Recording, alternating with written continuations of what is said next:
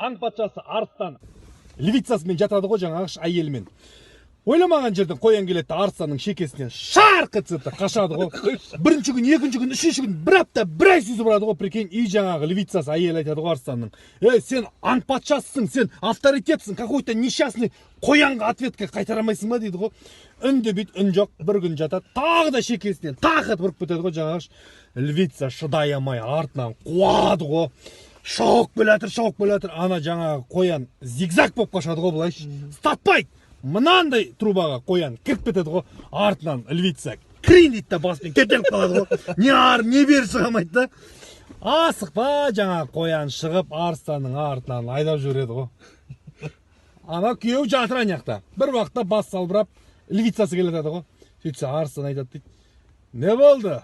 Труба жаққа бардыңдар ма?